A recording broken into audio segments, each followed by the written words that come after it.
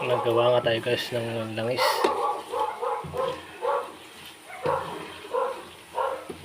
Langis ng Biyernes Santo.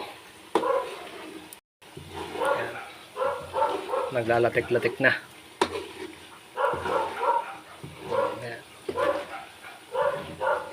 Ayan. Panghilot-hilot sa mga nananakit, nakasukasuan. Ayan, langis na. Yan po ay 10 niyog. Ayan.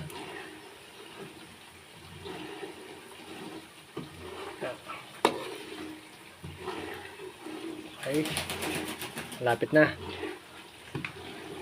Lapit nang makakuha tayo ng langis. Sana ibigyan tayo ng maraming langis para marami rin tayong panghilot. Thank you for watching guys.